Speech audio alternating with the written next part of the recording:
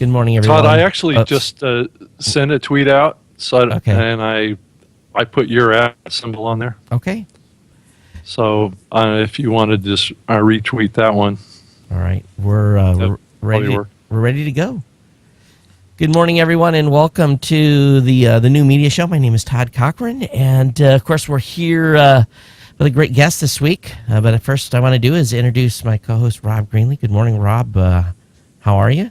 Good morning, Todd. It's great to be back after a couple of weeks off. I know we're coming into the holiday time. It's exciting to be back today because we have such a great guest that's going to come on and share his thoughts on what's happening with the transition from radio to whatever it might be in the future here that yet to be determined, right? Yeah, and actually I want to apologize to the audience because last week I was fighting the crud. I figured it would be better not to do a show than to cough on everyone every 32 seconds. So that was the reason we weren't here last week. But the guests that we had scheduled, I've already talked to them, and we're gonna reschedule them.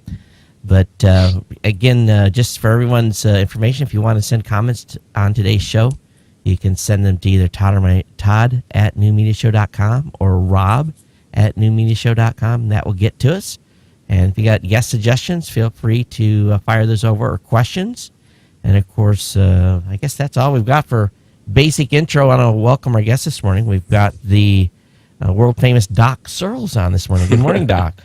Hi, guys. It's good to see your pixelated selves this morning.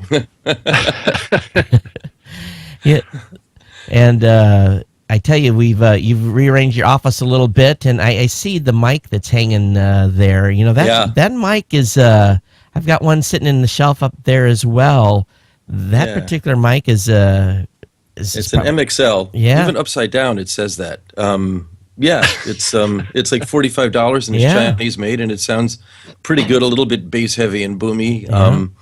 And at the other end of it is an XLR connection that goes to a mixer over here that's useless to me now that I'm using a MacBook Air that has no line in. So now it's a prop. I'm using this little thing called mic, MIC. I wonder if it's working. It is. It is. We can hear you. Okay, so that tapping sound actually irritated you. That's good. So and I think it's good enough, which is what the internet's about. I suppose. I was talking about a year ago with the CEO of MXL, and he's quite the character. And he said that MXL mic that you have hanging there sold millions of copies. That was, even to this day, is one of their most successful mics because it's just so inexpensive and it works. It takes a beat. Works, and it looks cool. It has the look. It looks serious. And if you hold it up to the light, you'll see a little tiny thing inside. That's the actual mic, right? That's so often the case. Well, it doesn't take much. Well, one thing that is, the mics, when people see a mic, they think of radio. And I know you've got some strong opinions right now, and I read your post recently that you put up that talks about the radio space and the where it's going and where it should go and some ideas. And I know, Rob, you wanted to talk to Doc about that specific blog post itself that was put on the 30th of November. But Rob, I'll let you kind of lead off the thought process here. Well, I just wanted to invite Doc on, and I really appreciate him taking the time to join us. He's been very outspoken for many, many years about the podcasting and audio space, and has been an avid follower of radio, and has been expressing his thoughts for many, many years on this topic. So, if you haven't been following Doc, I really, really highly recommend that you do. He's a very smart man, and he knows this space a lot. So really, I think what we wanted to talk about here was kind of, as you look at radio today and kind of where it's been evolving, the whole radio space has been really, really resistant to change. And Doc made a post on his blog, which has been around for a very long time. I don't know, Doc, when did you start that blog? Since 99. Okay. Yeah.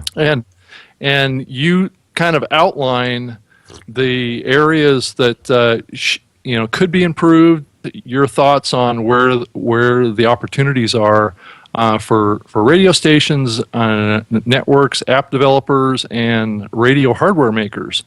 And it's such a rare article to see the whole ecosystem kind of outlined.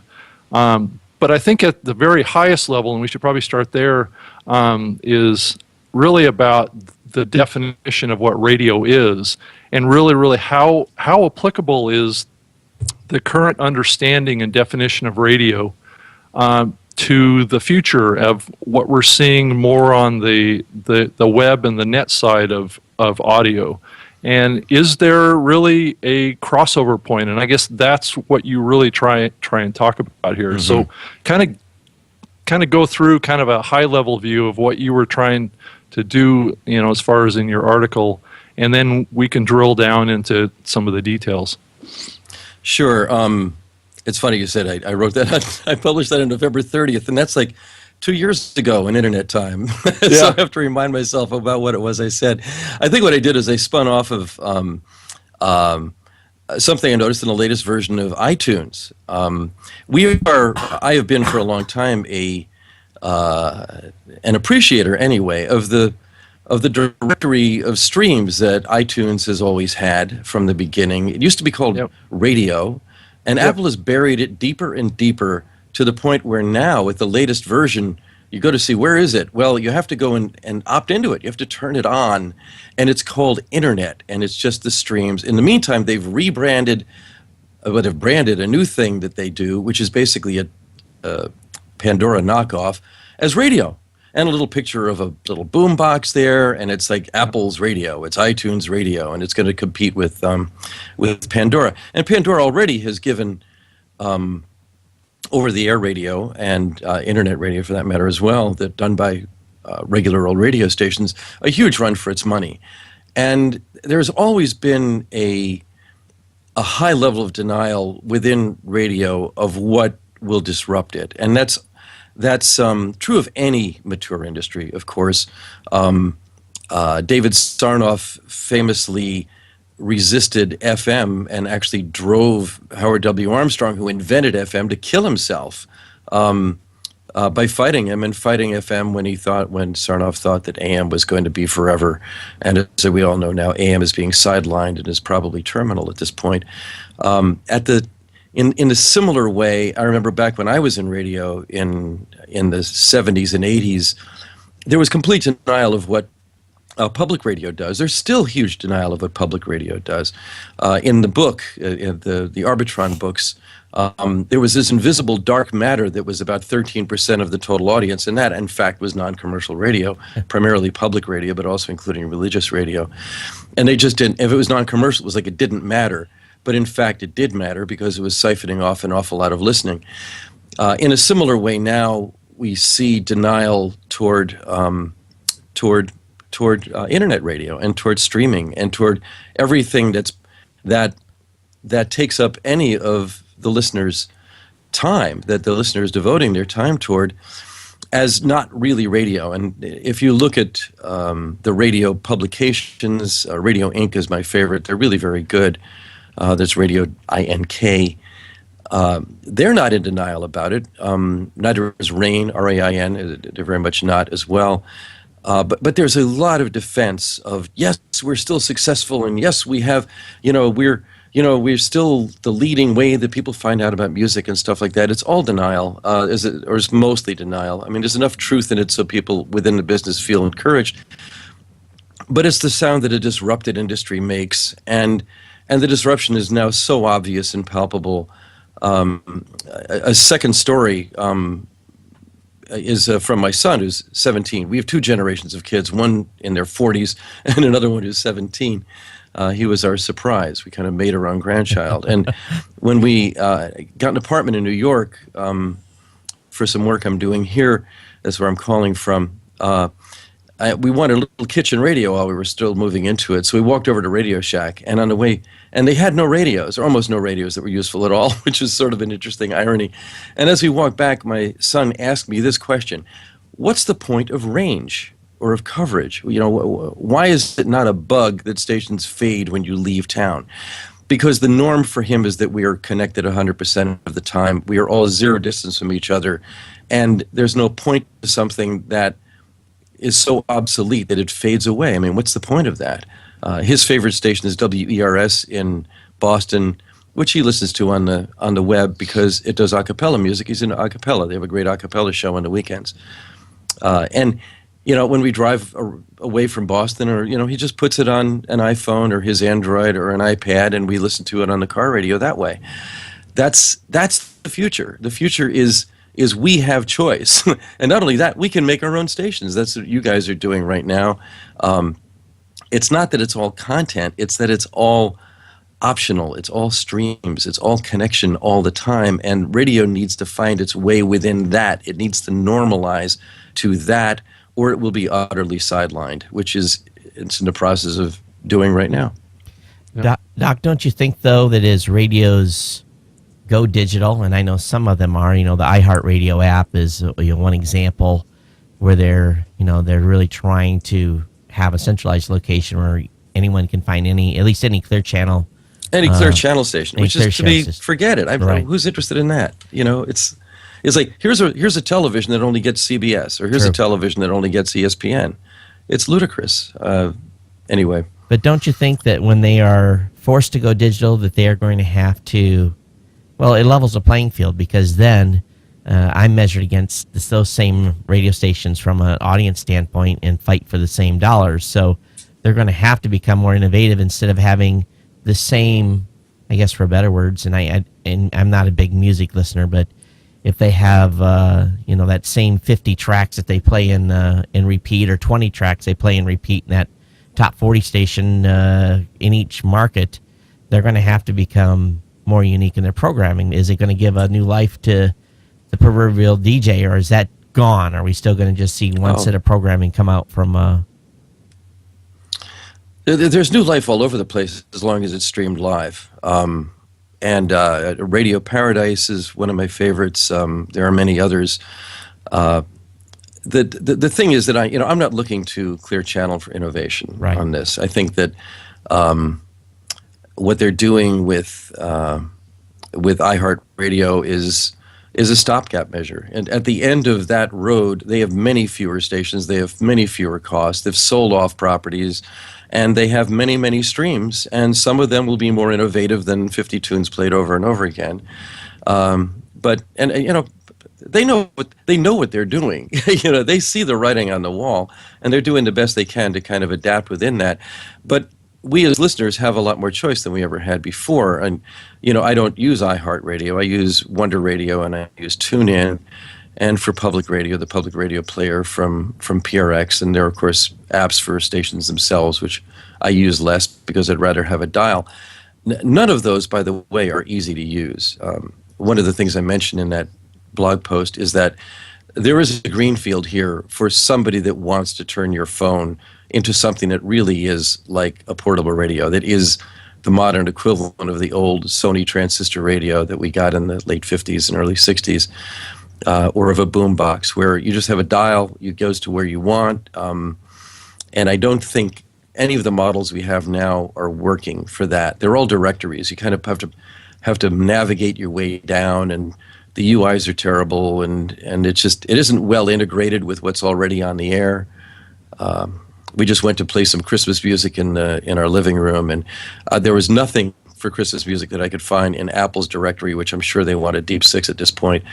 So I went on to Sirius. We used that for a while. I've got Sirius, but I also wanted to listen to something else in the other room on Sirius, so I had to turn that off. And because they only let you have one stream per account on one device, which is also clunky and unintelligent, and just looked up Christmas music on the web, and there was a nice directory that pointed to a bunch of websites, and all the websites are horrible. They're stuck in 1998, and they tell you a zillion things, and they're full of ads. You don't know what a live stream is. If they're in another language, it makes it even more complicated, and there's lots of good Christmas stations in other languages. And I ended up going to Pandora. That I just went to one of the Christmas streams on Pandora, which I can play on multiple devices. Another way that Pandora wins in the short to medium term. But there's a greenfield here. It's wide open with opportunity. And so I'm very optimistic about that. I think at the point where we have much better integration between what's broadcast over the air, what's podcast, what's live, what's stored and forwarded, and especially what we can tune in on our mobile devices and in our cars, we're going to have a much better situation than we have now. I think the old guys, the big guys, are still going to be advantaged there. They have infrastructure, they have relationships with the music companies that us ordinary podcasters don't.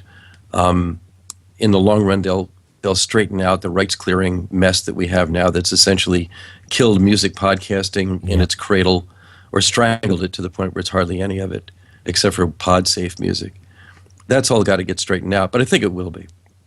And it's surprising that the whole licensing hasn't gotten straightened out. Of course, Congress hasn't really helped us too much, or the Copyright Office hasn't helped us too much with the licensing and the playback and the payment rules. That's gotten a little better, but it's still, there's this disparity between what the guys pay over the air and what people pay when it comes over their internet pipe. It's just a different, you pay different pennies, but the pennies are more on the digital side than it is on the over-air side. So maybe at some point that'll get straightened out. I don't know. Well, I hope it does. I started writing about it in the early 2000s in Linux Journal. I followed it very closely, and really kind of gave up on it when essentially the marketplace lost and the captive regulators caved into the RIAA and Sound Exchange and the record companies who protected the past from the future to their own detriment as well as everybody else's. Right. And I think that we're probably going to see another round of that in the current negotiations that are going on with the Copyright Royalty Board. I have no faith that that's going to do anything new. I think that the record companies still don't get it, don't like it, still want to be hit-making machines, still want to use radio as an accessory to being a hit-making machine.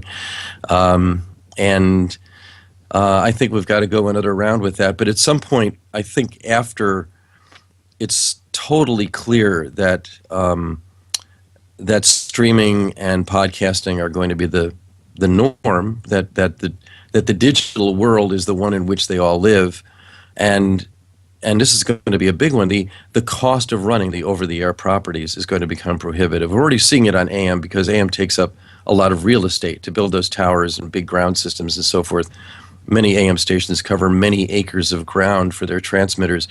They're being sold off. The FM stations, especially the ones that are on very high towers, that the TV stations are abandoning now that they've gone all cable and are just have over-the-air signals as placeholders.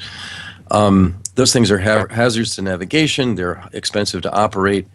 There's a lot of energy being sucked off the grid to operate them. There are high costs to streaming right now, but they're not as high as the cost of transmitting in many cases, and I think that's going to change.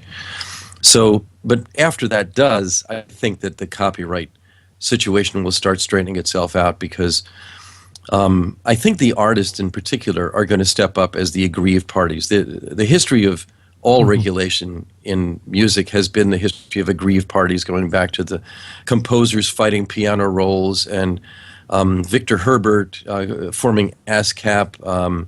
There's a whole long history there that really has the RIAA in the position it's in because the performing musicians did not see the opportunities rather than the risks in radio and in the 40s and argued for the wrong things, won the wrong fights, and ended up with the RIAA kind of representing them poorly because they represented the record companies and not the artists themselves. So, I'm optimistic in the long run about that straightening itself out.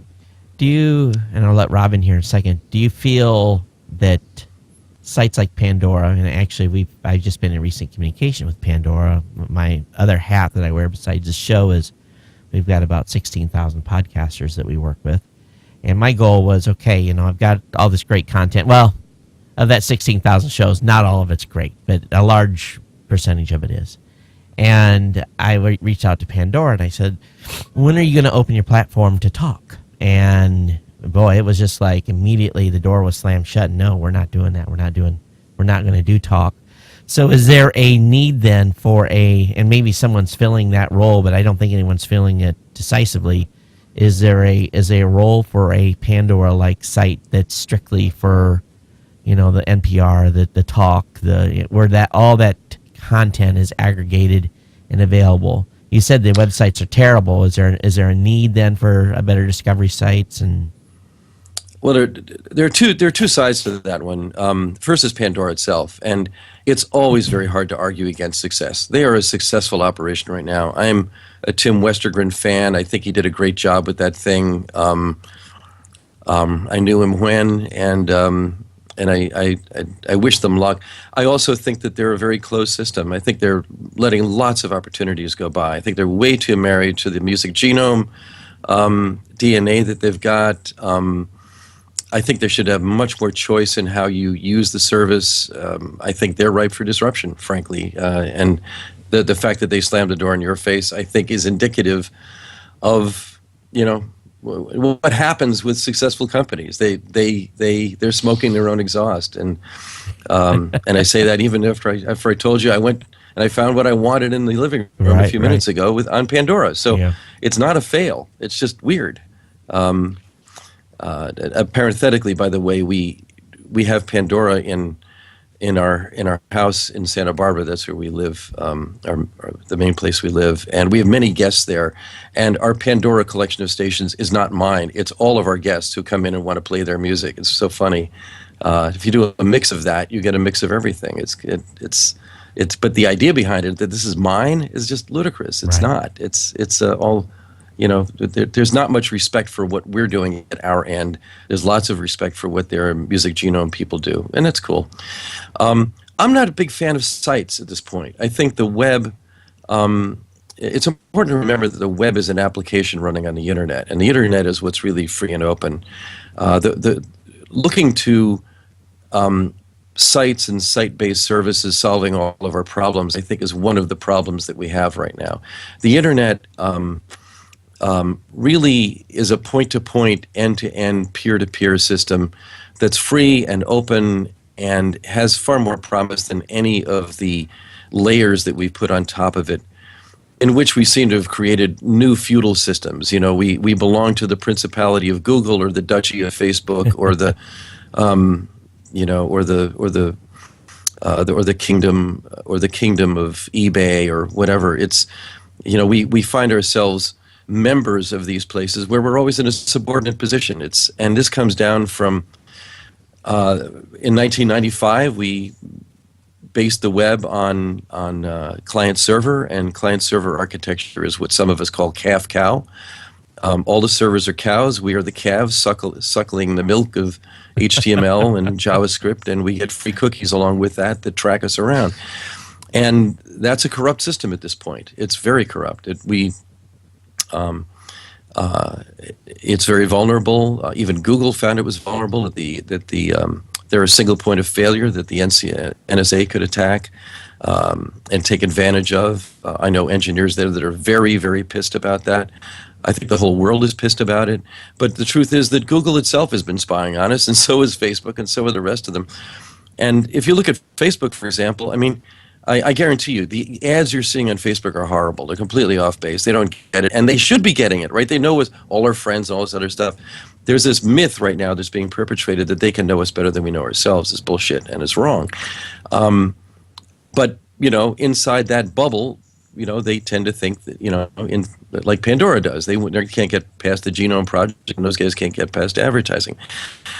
I think that the future for broadcasting is going to be absolutely peer-to-peer and point-to-point and end-to-end. And though there are going to be services and aggregating sites and graces like you provide, and others have for years, Live 365 and many others. These are all good and they're wonderful, and I think they're going to play a part in this. But it's important to remember that the grace of the internet in the first place is that any of us can produce and not just consume. And at some point, and it's still early. My gosh, I've only had this thing for 18 years. It's going to dawn on the marketplace in general that was the founding grace of the internet, that all of us are producers and not just consumers, and all of us can do damn well what we please. And there are going to be companies and services that emerge in the midst of that build on that freedom and not on capture, which is the old industrial habit that unfortunately a lot of the big web companies have inherited. Yeah, I agree. Boy, I tell you, and I think a lot alike. Rob, go ahead.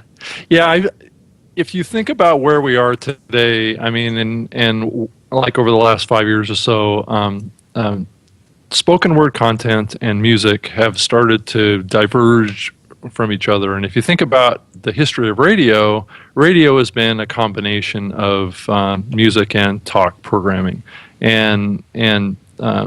but what we're starting to see now is some of the, you know, and certainly a good example is TuneIn right now, and the iHeart radio folks are starting to realize that is kind of the history of what audio programming has been as both, and they're starting to add it back in.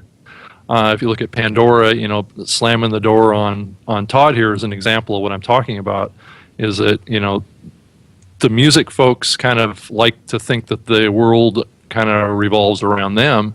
But most listeners like to do a combination of both, right? Or they also maybe like to listen to an audiobook or something like that. So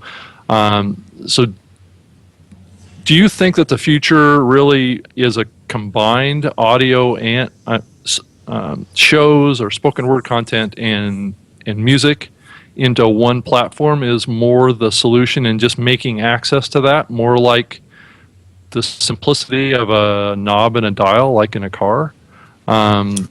Is that the model that you're thinking we need to move towards, or is there some other variant on that?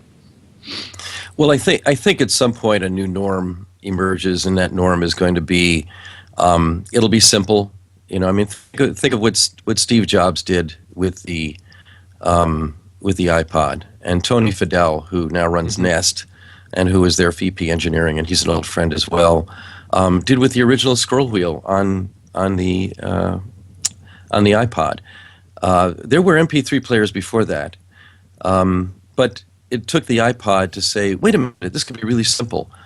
It was really hard to operate those old MP3 players. I remember Nike had one, and Logitech, I guess, and some other companies like that.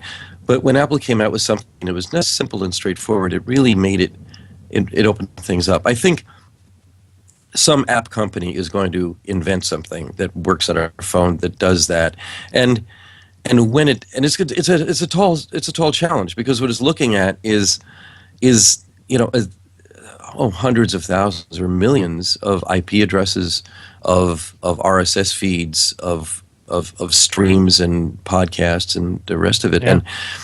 And you know, it's not going to be an easy thing to figure out, but there is going to be a simplicity that puts those together. I think once that happens, or as that happens, it's probably going to be a gradual process with a few snap forward inventions that mother new necessities. But as that happens, we're all going to like everything. It's going to be music, it's going to be talk, it's going to be music production and not just consumption, it's going to be mixes, and remixes, it's going to be DJs, it's going to be, you know, live mixes, it's going to be everything. And you know, the music and talk model is something that emerged in a world where we had a few dozen stations on just two dials, on just two bands. And you know, that's sort of like operator-assisted telephony back in the day, and party lines and stuff like that. It's old. You know, obviously people talk and they play music, but the key piece in here that's sort of missed in the old programming view of things is that there are producers and consumers, and these are separate populations. And in fact, you know, just look at YouTube, and you see most of what's there is produced independently by a zillion different people, and with a zillion different obsessions. And it gets mixed and it gets remixed and repurposed, and much of it in flagrant violation of not only old norms but old laws around copyright, which we were talking about earlier, and stuff like that. I just think it's going to be everything. But the key to it is allowing the discovery to happen by making it easy. You know, I mean, I think that, you know, the radio that you use should also be a which is your phone right now, or your iPad, or your tablet, should also be a production thing, and not just with really limited instruments like GarageBand and really hard to use clunky instruments like Audacity, which I'm still trying to master. And I'm not bad at this stuff, but it's clunky. We should have, that should be easy. It should be able to, people listening to this should be able to patch something through and repurpose it for their own purposes and get back to you guys and give credit where due. And there should be systems by which money can flow back. Somebody says, geez, I really like what Rob is saying right now. I want to send him $1, and make that happen easily. And we've been talking about this for several years in the development communities that I've been working with, which are under the general heading of VRM, for Vendor Relationship Management. That's at projectvrm.org, by the way. But I think once money flows easily back through there, and it's not through siloed systems, or you have to use PayPal, you have to use this credit card, you have to use some other thing. That's going to be something that'll get worked out. The really good talk that I recommend to listeners is Fred Wilson's a couple days ago at LeWeb. Just look up Fred Wilson. He's at avc.com as an A venture capitalist, and he gives he outlines the future very, very well. And I just recommend watching and listening to that, because in it he pretty much says that it's we're at the end of an era where we're polluting the world with unwanted advertising and noisy business models, and we're going to come up with new things that are networked. The networked world is replacing the hierarchical world. The old radio world is very hierarchical, just like the education world is hierarchical. Banking, which he talked about, is hierarchical. That's worked since the pyramids, and it worked all the way down through the industrial age. But in the information age, we can produce more than any one corporate eye can produce. I think of the eyeball on top of the pyramid, where it gets produced up from the bottom, it gets distributed down from the top and packaged for you. That's old stuff. That's not so much going away as getting supplemented by everybody doing what they can do.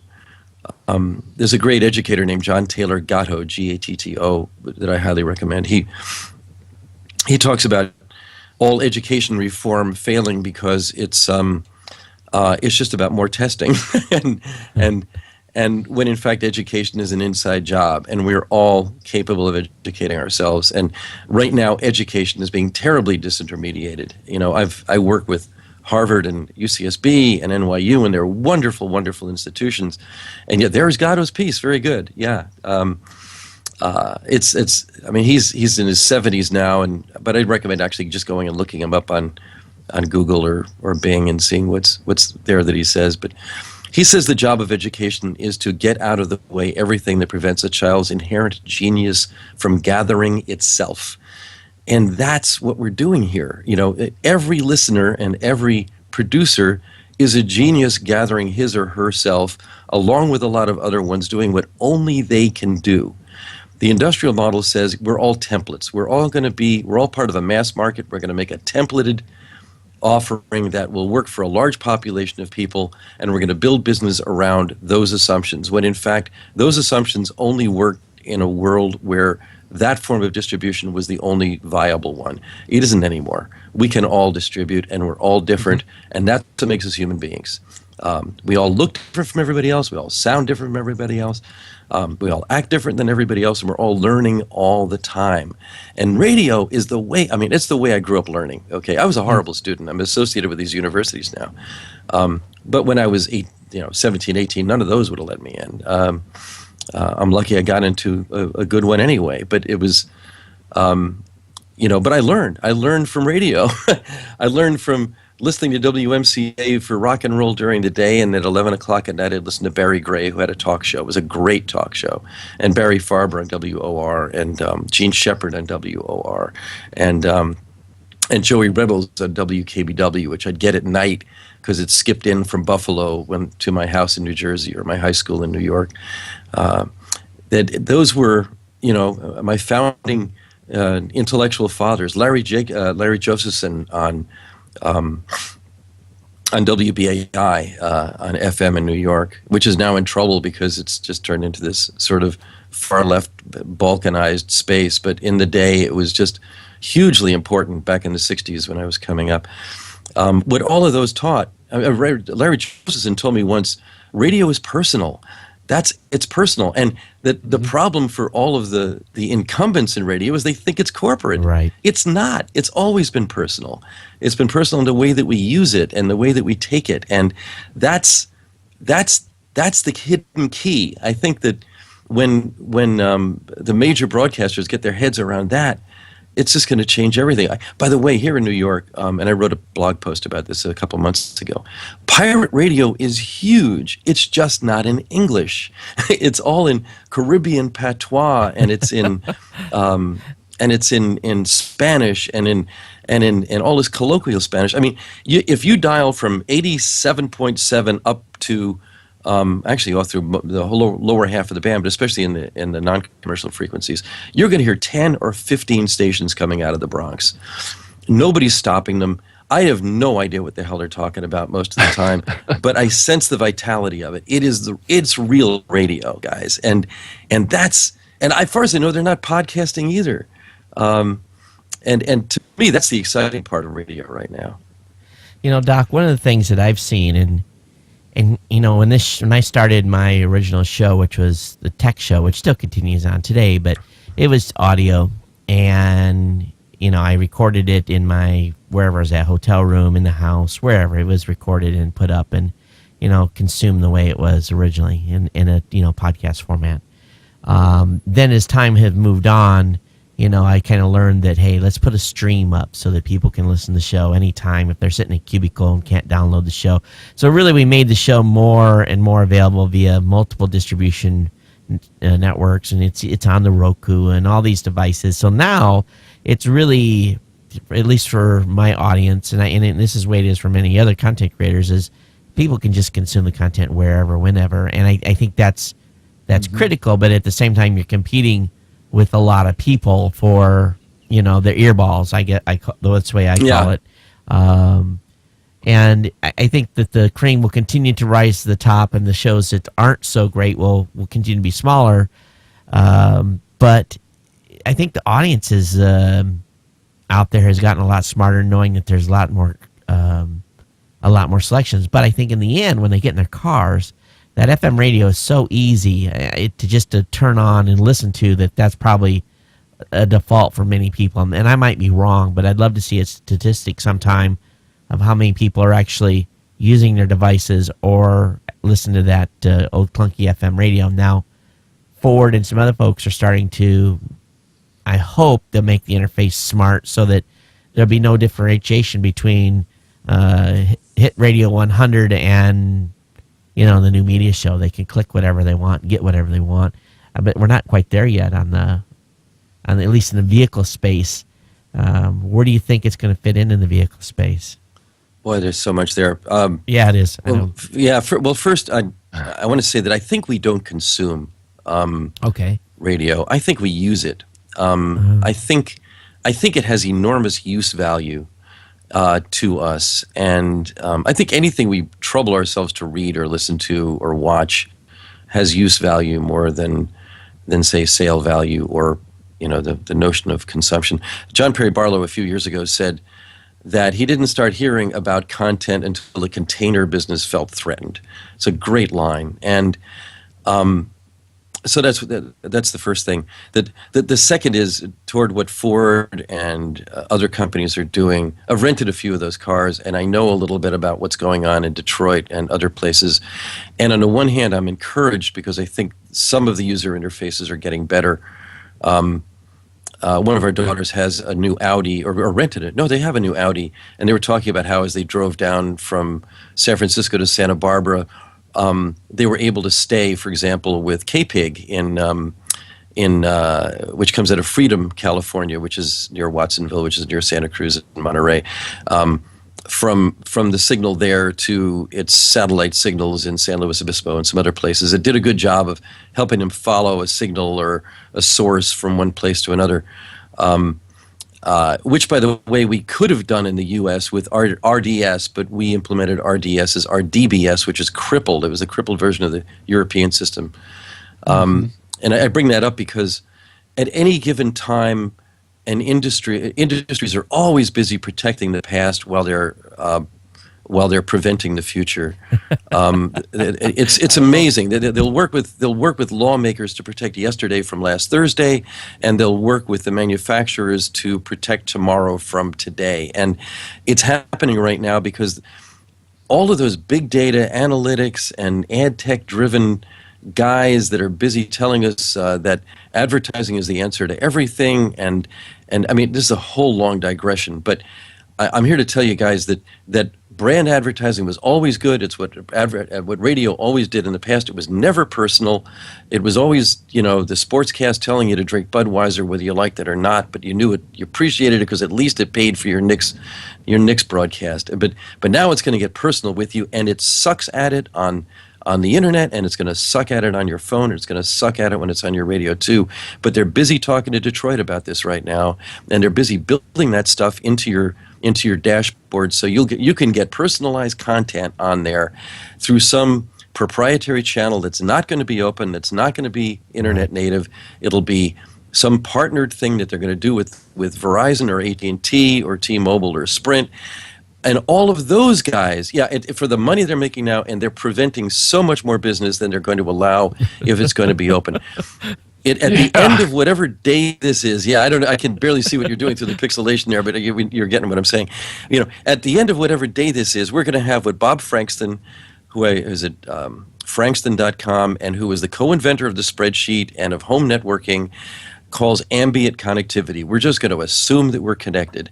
My son's generation already assumes that anyway, but that's the norm. We're just going to assume that we're connected, and it's not going to be because we're on T-Mobile or AT&T. It's going to be because the norm is to be connected, and those guys need to get out of the way even while they're providing the piping that we require. Make their money however they want. We're glad to pay for plumbing anywhere it is. We pay for electricity every day, but we don't get branded electricity. I'm sorry, we don't. And we don't get branded plumbing. We don't get branded sewage treatment. We don't get branded waste pickup or any of that stuff. We don't care. We just want it to be there. And in the same way, we're going to have the same thing with our connectivity paths. And the concern I have right now is that we're going to go through a period where the car companies, together with the Clear Channels of the world and the entertainment pumps of the world, are going to corrupt what was the radio and make it something that's going to be totally siloed. You're going to get Apple's or Google's or somebody else's pile of shit rather than what you actually want. And, right. And it's going to prevent people like you and me from getting in there and having a piece of whatever this pie is. But I think at the back end of that, again, we're going to be where I know we've been headed all along, which is ambient connectivity where anybody can participate. Right. So I have both. I'm hoping that one car maker will step up and say, wait a minute, I know what's at the end of this road, and it's going to be anybody communicating with anybody. And by the way, I should put in a word for a company working on this called Fuse, F-U-S-E. But you'll have to go to Phil Windley, WINDLEY.com. He's a hacker, former CIO of the state of Utah, PhD, college professor, computer science guy, has a company called Kinetics that I won't spell because it's all winning Scrabble tiles. There it is. Yeah, look at what he's writing. I mean, he is telling you where the future is going, and he's got this new thing called Fuse. It was a Kickstarter. They asked for 60 grand. They got 80, and all it is a gizmo you put in the back plane of your car, and it allows you to connect with everything else in your life. And I think that even though radio isn't part of that right now, it easily could be. You could publish your intentions as you're going around saying, you know what, I really want to listen to KRCL everywhere I go. That's a station in Salt Lake City where he is. And have the market follow that because they see the demand. The thing that's missing is that all these guys are thinking in terms of push, push, push, push, push, top down, eyeball on top of the pyramid, rather than listening to the demand. And at the point where demand starts telling you, here's what I want, here's what I'm already listening to, here's where I'm spending my money, here's the next car that I want to buy, here's the next car that I want to rent, when I can tell the rental agencies, you know what, I'm going to pay an extra $10, not for the GPS you're going to try and sell me that's, what, 8-year-old, 10-year-old technology Yep. now, and I've already got it on my phone, but rather I want the one that's got the radio in it that I want, right, that's got Pandora in it or whatever else that because I know Ford has it or Chevy has it or or Toyota has it. That's going to be a huge uncorking that's out there. And I think radio, like you're doing it, and like I'm sort of doing it, and as soon as I start podcasting, and I'd like to do it, and that the independent people out there, the people Dave Weiner has been supporting from the very beginning. Yeah. He's the inventor of RSS as we know it today. Yes, he is. Dave is one of the first to see the web as a publishing medium for anybody rather than just for the big companies. Who famously said, "Ask not what the net can do for you, ask what you can do for the net." As soon as they, that imperative finds its way, which it inevitably will in the marketplace, we're going to see boundless wealth suddenly uncorked because demand is going to find its way to supply much more efficiently than supply is busy pounding its way down to demand very inefficiently and with lots of pollution today. Doc, I'm glad you mentioned Dave because, a lot of people forget that without Dave, we wouldn't have podcasting. And, Yes. And a lot of people talk about, of course, Adam being the podfather, but, in all honesty, Dave is equally in that title of being the podfather and, basically without him, we really wouldn't be where we would have got there at some point, but definitely Dave pushed us down the road. I don't know. I think so. And I want to give Adam credit as well. That's Adam Curry.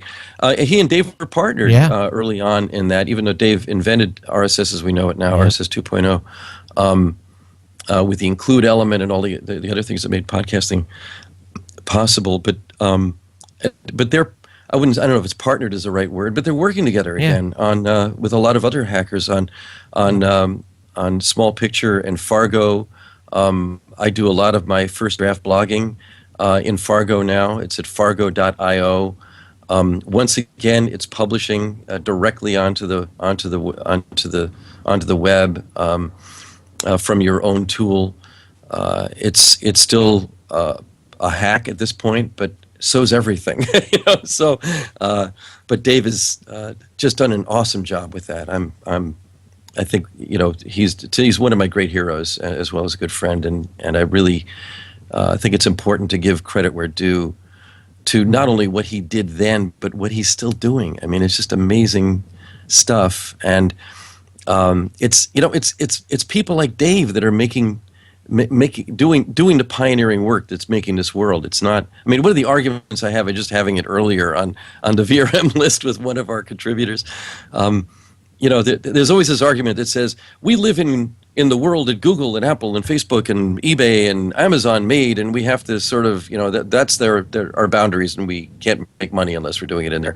And on the other side, there are people like me saying, no, wait a minute, look at all the new stuff we can do that made those guys possible, and let's work on that.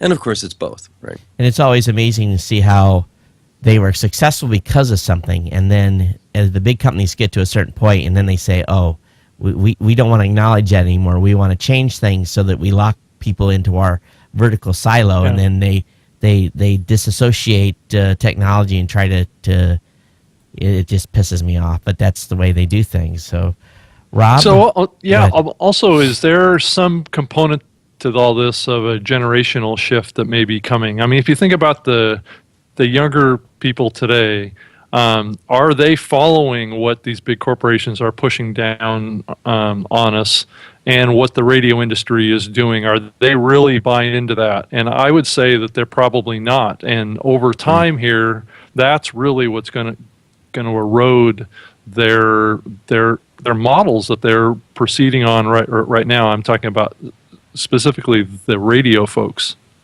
Is that their models are just not going to last through the next generation because people have already changed their way of consuming content.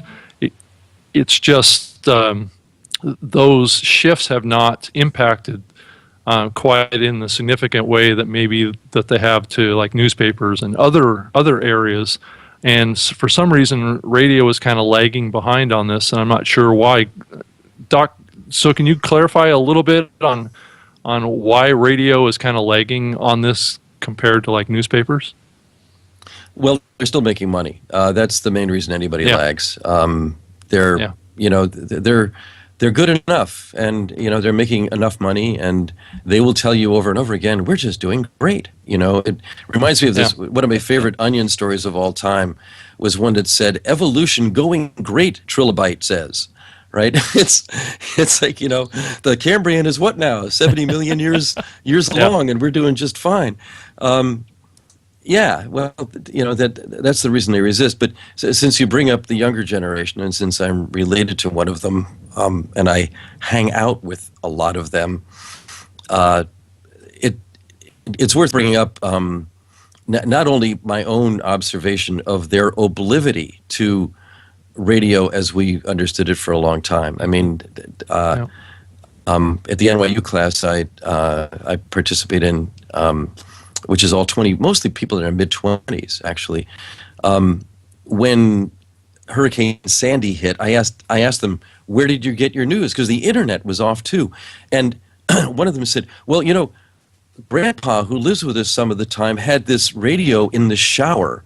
It had batteries in it. We found that, and we tuned to one of the AM stations. That was the extent of it. They hardly knew what AM and FM is. Okay, they don't live there at all. I mean, I mean, I know the radio people will tell you, oh no, we've still got lots of listeners here. Yeah, but trust me, they don't care. They don't see any relevance in it. To them, the music they care about is on YouTube, and it's on each other's iPods and iPhones and stuff like that, and they will go from one thing to another like a frog from one lily pad to another. Facebook is an airport for them. They're in layover between MySpace and whatever comes next. That's it. It's not a destination. They don't live there. The people I know that are highly involved in Facebook are a generation ahead, a generation older than them, and beyond. Facebook is the way that I get. I'll tell you this. This is an awful thing to say. It's the obituary page for me at this point. I mean, when people die, they tell each other about it on Facebook. That's the place for that. I mean, I'm sure it's a place for a lot of other stuff. But the fact is that it's, for the younger generation, it's a stopgap thing. It's a place they are now. There'll be other places going forward. Snapchat and the stuff that's snow on the water. I used to knock over the air radio as being snow on the water, which is a line from an old Incredible String Band song I first heard on Larry Josephson in WBAI 1,000 years ago. Great line, snow on the water. Well, that's what I guess Snapchat is, and some other things like that these kids want their stuff to disappear. We need the disappearing stuff in our lives as well as the stuff that's archived forever. And that's part of the mix too. But digressively, I should point out that there was a really great talk that I attended at a private gathering organized by one of the big name brands in the internet space early this year, by a guy from Viacom and MTV networks, where they did a very in-depth survey of millennials, of Generation Z or whatever it's called, but the millennials, the kids that grew up with the internet. They said there's more difference between that generation and all other prior generations than there was between any prior one. Bigger than the one that's the generation between the Depression and the war, or the war in the 50s, or the 50s and the 60s, or any of those, or disco and hard rock or whatever. It much bigger delta, because they are connected 100% of the time. They assume this connectivity. It's not ideal. It's not where it's going to end up, but they assume no distance. They are zero distance from everybody else in the world, and that's just a huge thing. My phone is ringing, and I'm going to let it ring through because it's on the other side of the room. Yeah, no worries. Forgive that. But that is a difference in state between what you and I and even my older kids grew up with and what they are in now. And that state is fully in alignment with the way the internet was designed in the first place. And they are going to be the ones figuring out how to make this work in ways that we who are busy protecting the past can't.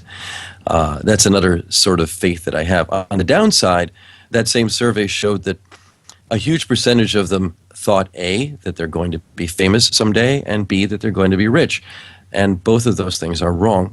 So, but I think that's, I'll chalk that up to youth and indiscretion and the general stupidity of being extra young. But they are good. But having experienced ambient connectivity in its trilobite stage, I think that they are going to be well equipped to figure out what to do with it after the AT&Ts and Verizons and Clear Channels of the world prove to be the trilobites that they in fact are. Radio executives, all they have to do is get to a point where they have a son or daughter that is driving, and to understand that they're toast. If I'm in the car, I'm usually between some AM talk or listening to something on my mobile device. It's basically coming over Bluetooth, and it's usually not music. It's usually a show like this. So my kids get subjected to that, whenever I'm driving. And the rule in the vehicle has always been the person that's driving controls the tunes. And so now that I have a daughter driving, and I like it when she drives and I don't have to sit in traffic for 2 hours, she's the one that is controlling the radio. And boy, I tell you, first thing she does when she gets in is she switches the system to Bluetooth mode, and boom, on goes her mobile device, and off we go. And it never comes off of the Bluetooth device. She could, she's 17. The internet, the radio to her is dead, DEAD. She don't listen to it. So, and my son's the same way. So the handwriting's on the wall. And what is she listening to? What is she doing, music or talk? Yeah, or both, mostly music at this point, but music that's just driving me crazy. So it's it's a typical teenager thing. So that generation gap always exists between son and daughter, and parent and children. Is the music gap is always I like to listen to some old school AC/DC and it's for me. It's since I'm a child of the '80s, so and that's the type of music I like to listen to. But so they introduced me to new genres, which is good. But it's just it's mostly music that they listen to. It's interesting because our younger son is effectively an only, and grew up rating my music and his mother's music, and I am now 66 years old. So I was a child of the 50s and 60s and 70s and 80s and 90s too, for that matter, because I've remained a child the whole time. But the music that he knows best, and in some ways better than I do, is my music. That's interesting. And that's what's really weird. I mean, it's and he is anomalous in that sense. But I think one of the things I get from him and what he's discovering, he describes himself as being like somebody like the kids who come to his school, say from China or Peru or someplace like that, where they didn't grow up with American culture, and so they don't know the American music. They don't know dubstep or industrial or ambient or house or right. Any of those more recent things or any of the schools of rap or hip hop or the rest of it, And he says he's sort of in a similar position with them. He's learning this stuff alongside them. But what I get from him is that, in fact, none of them are married to any particular genre at this point. Everybody has their nostalgia music, but at a certain point they go wide. There was a teacher that we ran into. He wasn't one of my son's teachers, but he was at a party, but he also teaches high school, where he said there's some point in your mid to late teens that you suddenly, if you're a reader, which my son is, you drop the juvenile books and you go for the hard stuff. You go for the stuff that's difficult reading, that's substantive, because you've been reading for a long time, you're expert at reading, but you're unsatisfied with the stuff that's normative to that's chewing gum essentially, or junk food, or not to disparage, Right. say, Harry Potter or something, but are pure genre, and you go for the stuff that's intellectually challenging or challenging to one's tastes. My son has recently decided he's going to play the piano. He's got these huge hands. He's tall and he's lanky and he's got these long hands, and but he already knew how to play violin, an instrument he never liked. And I'm really curious to see what he wants to play. What is it he's into? Because now he has a choice of music teacher, and he's pushing the music teacher toward the directions he wants to go. What is that? I think right now it's whatever a cappella music his a cappella group is doing. But I don't even know what that is. I know some of that's rap or rap-ish or hip-hop-ish, but it's also all over the map. I mean, it's old barbershop quartet, and it's whatever else you can do with a cappella, which, as we know, is anything. It's interesting on the music side, too, because my kids started playing the ukulele. We live here in Hawaii, and we have a good friend who has some very high connections, some very powerful people in the music space here in Hawaii, and so they got a lot of exposure to that early on. But then they got away from the uke, and they went, and now I've got a cello player and a violin player. But just recently, my daughters decided, okay, there's a guitar over here. Let me pick that up. So the one I thought was going to be the guitar player was my son, and now it's my daughter. You just never know which way they're going to go. So, and I think music plays a big part in. There's not enough music in schools these days. I think it's done my kids a world of good. And where we have digressed here from the topic, but Rob, no, I think it's true. But here's an interesting angle on that.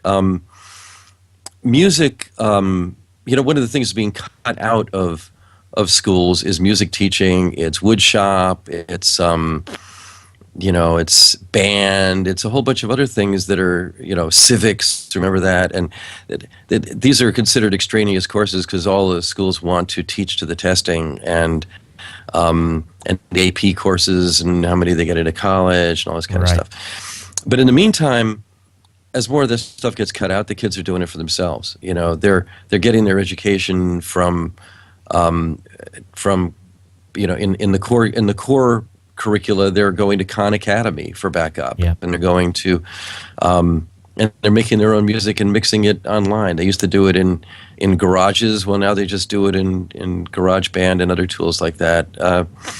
And on their computers and on their pads and so forth. And they're educating each other. There's always been a lot of that anyway, but I think there's more of it now, and I don't have anything to substantiate that. But I wouldn't be surprised if it's true. Rob?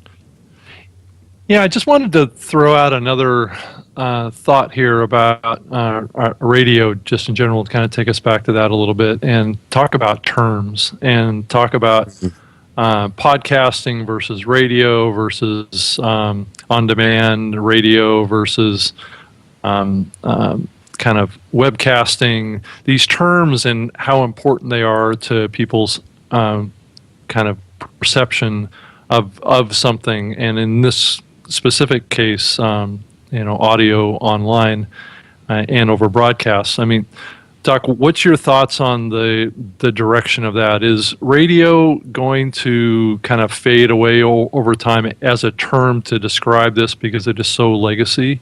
Or do you think it has a place? If you look at the companies today, some of them are using the term radio, other ones are not. And if you look at kind of the next generation platforms, do you see a gradual movement kind of beyond that terminology? No, I don't think we'll ever move on from it. I think that these terms just stick with us in the long run. I think radio is a much more, I don't know, not telling. I think it's a much more familiar and easy to use term than audio, or content or, media. I really didn't like it when NPR changed its name from National Public Radio to just NPR, and I didn't like it when PRX, of which I'm terribly fond and which I think is a brilliant operation, and Jake Shapiro there, and all those people. They're great friends. I was at their party the other night. I drove up to Boston just for that, as a matter of fact. But they have the public, I think it's the public media player. It might be called public radio player, but it used to be called the tuner. Well, now it's called the player. And I think tuning is something that we like to do. We don't just like to play it. We want to tune it. We want to engage with it. And I think tuning a radio is like tuning a guitar or something. There's something that's hands-on about that. You're not just receiving. You're participating in some way.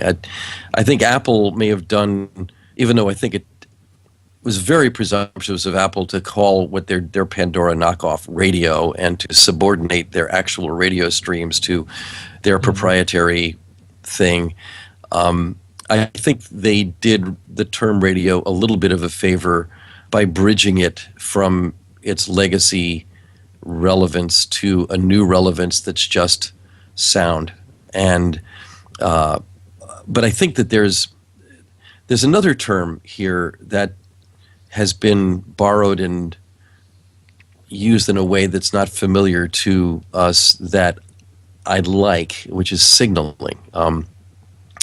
Economic signaling, for example, is making a wish known or making a statement known. Don Marty, who's active on the Project VRM list and who helped me in the advertising section of a book I wrote called The Intention Economy, makes a really great point that old-fashioned advertising had an economic signal. It said when you advertised on the radio, you were Pabst Blue Ribbon and you advertised on the ball game, you sent an economic signal of sufficiency saying, we're big enough to advertise. In the book, I talked about remembering jingles as an economic signal. I still know the Schaefer beer jingle. I'll never forget it. I know the Rheingold's jingle. I can still hear Bert and Harry Peels, who were played by Bob and Ray back in the 50s and 60s. Because that was part of an economic signal that was sent. Signaling is something that we do when we're making something known, and I think there's a side to this which helps us deal with the blur between these different kinds of audio presentations, whether it's is it a podcast, is it on demand, is it a stream, is it live, is it stored and forwarded, is it in the cloud, or is it somewhere else, which are really confusing right now. I mean, really confusing. At some point, our signaling of what we want is what sorts that out. If I want to listen to a ball game, one of my favorite cases right now is I've become a Boston sports fan, and so if I want to listen to the Celtics or I want to listen to the Patriots, I can't get them on TuneIn, and because those streams are blocked all of a sudden. They're blocked. Where the hell are they? Well, I happen to have Sirius. I can dive down through Sirius to find it. But Sirius doesn't even make it clear. They have a bunch of channels called Channel 406, 407, 408, and it doesn't say on their damn app, what's on what. You have to kind of hop from one to the other to find it or go online and see which one of these is it on. It's incredible that they haven't sorted this out, I like Howard Stern. I think Howard's he's another one of my great heroes, and I would like to, and I would gladly pay for having him on a podcast and be able to get him, in my own on-demand way. But that's made hard right now, and the whole cloud thing is so. I mean, here's how screwed up that is. I don't have music on my iPhone, right? So if I'm listening to music off of my cloud that Apple has for me, actually I have one song. It's 16 Tons by Tennessee Ernie Ford. Okay, I don't know why, but it just sort of worked out that way. I've got this one song on my iPod, on my iPhone. So when I go in the subway, and I've been walking to the subway listening to my tunes from the Apple Cloud, I'll know when the buffer has emptied itself, when all of a sudden I hear, I was born one morning when the sun didn't shine, right? And I moved from the cloud to my own whatever. But nobody's figured this out, and it's stupid, and it isn't figured out yet. And it's because, Apple wants you locked into their system, and Google wants you locked into their system. And we don't really know what's in the cloud and what's not. And in the long run, I'd point you back to Phil Windley again. He talks about personal clouds. We should have our own damn cloud. You know, here's my cloud. It's my cloud. It's not Apple's cloud. It's my cloud. I bought the damn music. I have it. It's mine. I should be able to listen to it. Apple's free to help me out with that. But I should know on my device when I'm listening or reading something that's coming down from above or is in my own buffer inside this thing. This is so far from seamless at this point, but the tech is there. We should be able to work this out. You know, I think my back in the early days when I wasn't a media guy. You know, I was just a blogger, not a real good one, and started doing this tech show on a sitting in a hotel room trying to figure out what to do with myself. And what really kind of drove me was this idea that I could be in my house in the morning and I could be listening to whatever programming I'm listening to and walk out the house with a cup of coffee and get in the car, and that programming just rolls right into my vehicle and then back into my job and be able to, and then I could that content flow would move with me, and it would be what I wanted to listen to, and I was all about, and I still am about filling my brain with good stuff. So I always wanted to program in stuff that would be from a brain standpoint nurturing and listening to other people's opinions and so forth. We're close, but we're not quite there yet. It's clunky to do that at this point. Do you think we'll ever get to the point where it'll just be one seamless ribbon of content that we like to listen to or program? Are we already there with our mobile devices? No, we're not there at all. I mean, we certainly have the receiver in a way, or maybe this receiver / partial transmitter with a mobile device, but we haven't worked out notifications very well. Apple has its kind of notifications, and Google has its, and I suppose in the long run, everybody will have an API, including all of us, and we'll all be have our own programming platforms, and there'll be companies that are helping us with all of that. But I was thinking, like this morning, I was making coffee in the kitchen, and I had my iPad there, which is my podcast listening device because it has more memory on it than does my iPhone.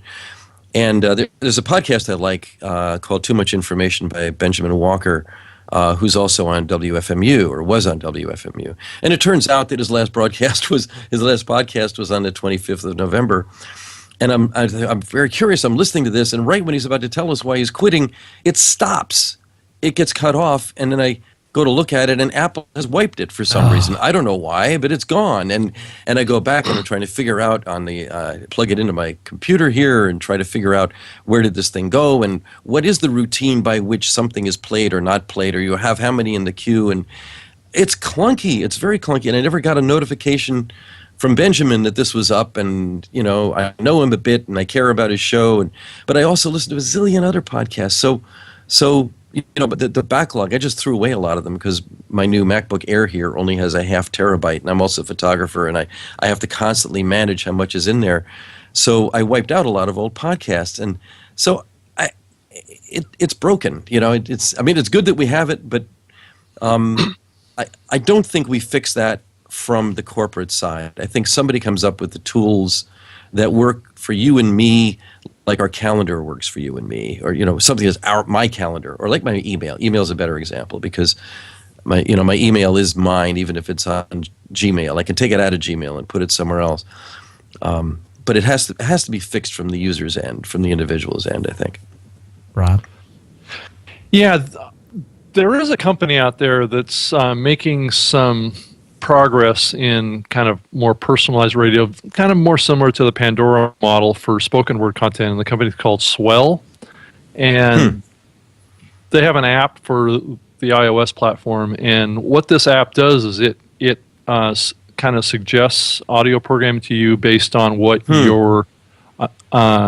your kind of desires for content.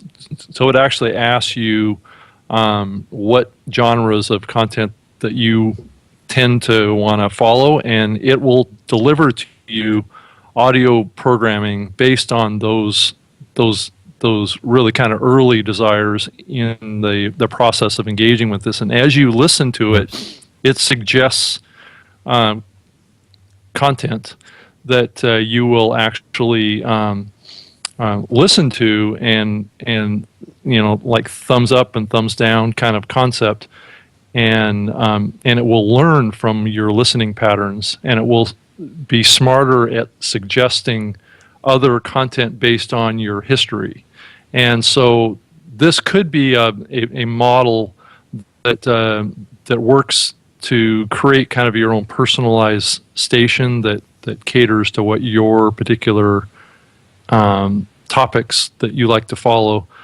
But I think one of the dangers of that is that it kind of removes kind of where we've been, which is a little bit of a serendipity of discovery, right? Of being exposed to a lot of other types of content.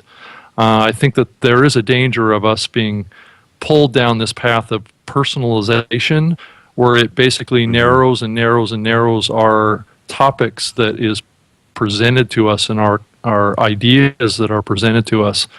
Is there a danger there? And do you think that we're moving down that path towards too much personalization that will kind of narrow our brains and our knowledge?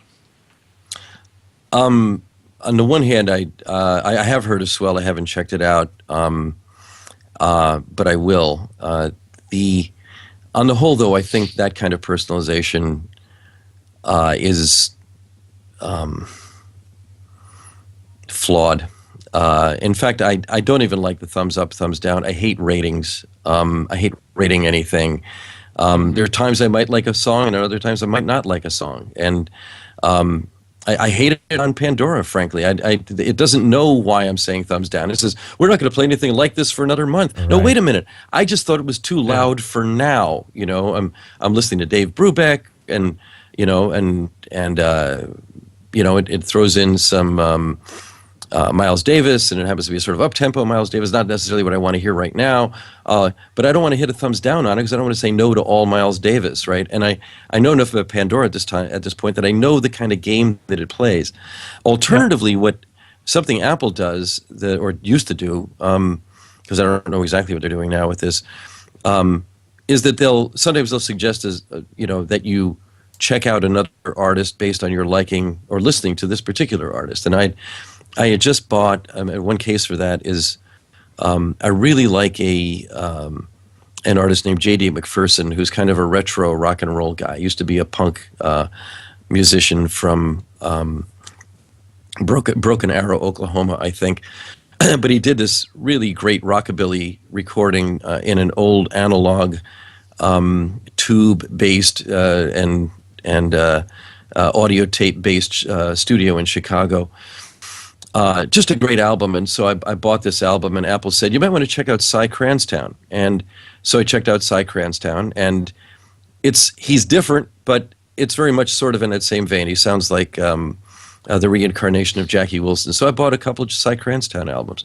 Now that's a case of them saying, this artist is like this other artist in some interesting way. What do you think? That's different than saying, well, the kind of thing that most of this personalization does, which is we're going to try and guess what you're like. And I don't like being guessed what I'm like. They don't know. They're off most of the time. and it's, it's amazing to me that these guys are failing the Turing test almost constantly. That, the 1 in 100 is such an exception. And the rest of the time it's all what Fred Wilson, who I mentioned earlier, calls pollution. The pollution he says that we have now is too much data and too much guesswork about what we're wanting, too much advertising that's unwelcome, too much surveillance. I think, we need to be in control of this stuff ourselves. And also, Rob, toward your question on radio, I think we still want to listen to the stations, and the people that we like, that enlarge us in some way. I mean, I did that when I was a kid with WKBW and WMCA and WINS and WMGM in their days. And the disc jockeys on there I liked for what they did and how they sounded and what they told me about the music. And and similarly, intellectually, I mentioned Larry Josephson, but there's so many others that are on my podcasting list that I it's not that I want to hear other people like them. I've already got enough, honestly. But navigating what I've got, that's the hard part. Right. Navigating the 5,000 songs, getting them in the right genres, which most of them aren't, And even there, the genres are wrong. It can be, I remember, take a song like I Can't Stop Loving You by Ray Charles. That was the first and only song, I think, that was a hit on R&B, country, and top 40 at the same time. And I think it was 1961. And what genre is that? What genre was Ray Charles? He was many at once, even big band, you might say. So we're so far from working out categorization and taxonomy and the rest of that, except as the guesswork that a Pandora will do for us. And even there, it's really flawed, I think. We got a ways to go. Well, so what is the ideal answer here? I mean, what is it personal recommendations, or is it just a combination of all these things? Or is it just people will just be needing to be more in charge of the discovery process themselves, but be presented with all the options? I mean, it's a difficult balance to walk. I think it's all right? the above. Yeah. I mean, we've always listened to our friends, right? We've always listened to others whose tastes we share, and or who can open our minds in one way or another. There's just an infinitude of possibilities there. Anyway, I think it's all the above, but I think right now we're living in an era when big data-driven machines guessing for us is way overboard. One of the fans that's in the chat room asked, he says, here in the UK we have the jewel in the morning of the voice radio, which seems to be going from strength to strength with regard to listener numbers. Do you think that quality talk radio has a longer tail than music and has more opportunity to garner listeners?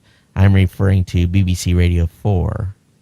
Yeah, Radio 4 is amazing. And I can't wait till I'm back in the UK and I can hack whatever it is I need to hack to get the BBC Tuner app on my iPhone or my Android. We have both here.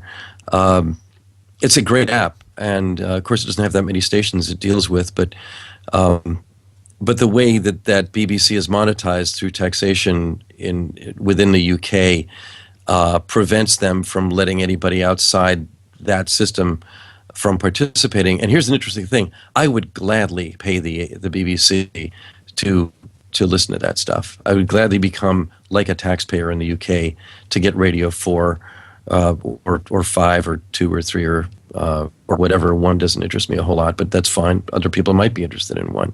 Or BBC Local. I like TuneIn, by the way, does have some of those. It does have some of the BBC locals, I think. There's one in Jersey I like to listen to from time to time, the island of Jersey, with its kind of farm and sheep reports and what's happening with the weather in this out in the ocean.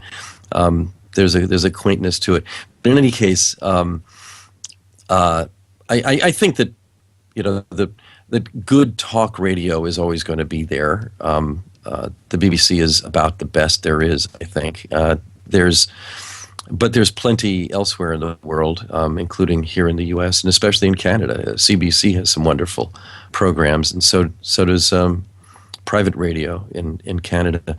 But I don't think it's an either-or thing. I don't think or logic applies here. I think it's all and logic. I think there is music and there's talk and there's other stuff we've hardly seen enough of yet, which is mixing and live participation like we just had here. But even where the listener comes on, you could bring them up in a little window and we could all be here. Obviously you need curation, you need your screeners and that kind of thing, but still, where, a show like this has its masters of ceremonies, but you conduct it more like an orchestra. I don't know. I mean, all these things I think should be on the table, and will be on the table eventually. But in the meantime, we have to get over hurdles like like the listening prevention system that the BBC has right now for people outside the country. And we've got a lot of that going on for television programming for people outside the United States, too. Of course, for people within the United States as well when it comes to video programming. But that's a whole nother topic. Yeah. Yeah, and we seem to be, there seems to be a growth in kind of audio dramas again, which goes way, way back to the early days of broadcast radio.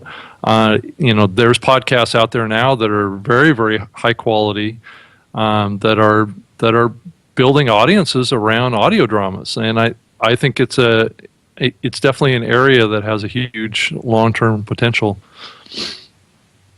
But Rob, I think the drama stuff reaches a certain niche. I think there's enough of that niche for them to survive. Personally, I guess I'm not refined enough at this point to be, it just doesn't keep my attention long enough to have, and it would have to be a pretty compelling storyline for me to. Well, it's actually, and I think in a lot of ways, it appeals to people that like the audiobooks, right? And there's certainly a subgroup of audio listeners out there that kind of live in this same world of talk radio that are big fans of audiobooks. And I think those two areas are so much similar than they are unlike each other, but yet we tend to segregate them, and I'm not sure why we do that. I think they should be thought of as more in the same vein. Doc, do you have any thoughts on that? Well, I muted myself for a second there. I don't. This is the same answer I've been giving over and over again, but I just think everything's in play. Right. It's we are in the fullness of time. We are going to do it all, and that's just what I've seen coming forever. I think I think there are glitches, like with books, for example. I only buy Kindle books that my friends make available only on Kindle, because I would rather. They're back over here. You see, those are books. Yep. I like books. I like putting little page flags in books. I like reading them, in the subway, and I like reading them elsewhere. And I think they're a fabulous technology. And I like owning them clear. I don't like renting them from Amazon. And that's what you do with a Kindle. You're basically renting them, and the Kindle is sort of a rental car kiosk of a sort. I'm not fond of that, and I think that we haven't figured that one out yet. And once again, it's a rights clearing thing more than anything else, and that's another one of those very long, wide speed bumps that looks kind of like a mountain range at the moment. But I think at the end of the day, we're going to get past. Well, this is go ahead, Rob. Yeah. I just have one more question. So, where do you see podcasting playing a role in the future of radio? What's your thoughts on that? I think it's totally of a piece. I think that there's going to be. I think especially for shows like this, having a shelf to have shelf life on is really important, and I think that being live is important, and being in a position to be stored and forwarded is also important, and creating the ecosystem where that is seamless and programmable. I want to use Phil Windley's KRL language, which is open source, by the way, to be able to say, if this show is on and I'm in a position to listen to it live, I get a notification that it's coming on, and here's who the guests are, and and click here to call in or to bring up Skype or whatever else it might be. That the fact that this stuff is all programmable now, and that we can have these, what Craig Burton, who's another one, he's at craigburton.com. He was responsible, to me anyway, for Novell's success back in the 80s. He thinks we're moving to an API economy where we'll all have APIs. We can wire all this stuff together with logic, and to me that's that's the and logic there. We will always have podcasting long after we've forgotten what an iPad is, Right. iPod is. And we're already there. I mean, what's Yeah. an iPod anymore? You know, I mean, Yeah. it's a minority legacy thing that Apple still makes, but we don't care about that much anymore. We care about,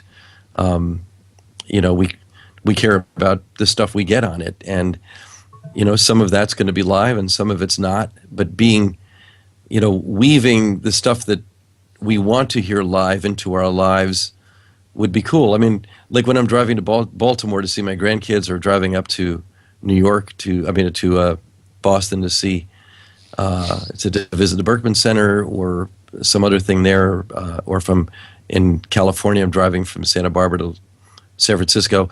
I would like to see what's on, right? I mean, not just the podcasts that are in my buffer, as it were, but what's on now, and not just what I'm driving past. But I'd like to see, I'd like to be notified of, if this show's on or some other thing I care about or might care about is on. And I don't think some artificial intelligence is going to tell me that. I think there's going to be something that's more deliberate than that, and I don't know what it is yet. But having it programmable, not woven together by somebody else, but actually programmable, is, I think, the key piece here. Well, this has been a great discussion. We're already at the hour and a half mark, so we're going to wrap this up. I want to make sure everyone, if you're not following Doc online, you can, the quickest way is Googling him at Doc Searls. You're going to find he does a lot of his writing at blogs.law.harvard.edu/doc. You'll find the short version of that, by the way, is just doc.searls.com. Okay, if you do doc.searls.com, it'll redirect. It'll bring you up there. So definitely check Doc out there, and of course follow him on Twitter. But lots of I've followed you for a long time, Doc. I think you've been in my reading list from the early days, so I've always gleaned a lot of information from you. So yeah, it's the same with me. Yeah. So keep on putting out likewise, guys. The thought-provoking Thanks. stuff. It's good. Rob, who is? Do we have anybody on tap for next week? What's the plan? No, I'm still going after a few people. So Okay. I'll let you know during the week, and All right. and we can put it out there to the followers of the show. And we're getting into the holiday mode, so people are going to be leaving for visit family and stuff. So we're going to kind of play this by ear as we go through the holiday period. But if you have comments on today's show, you can email Rob and I here, Todd@newmediashow.com or Rob@newmediashow.com. Rob, any final thoughts here? No, I think it's great to have Doc on to share his thoughts, and we'll keep exploring the edges of this podcasting and new media world more here in the future. There's a lot of very smart people out there that we're going to bring on this show to dive deeper into this stuff. So Doc, thank you very much for coming on this morning. Oh, and thank you guys for having me. And I look forward to more, and linking to it and tweeting it and all the rest of it. And Okay. Thanks so much. And I know your time is valuable, but we definitely appreciate it. And for everyone else, if you've got comments, make sure you follow Doc on Twitter. Again, D Searls, and you can find contact information on his website as well. So, Doc, thanks. And everyone else, until next week, this is the New Media Show, and we'll see you next week. Everyone take care. Aloha.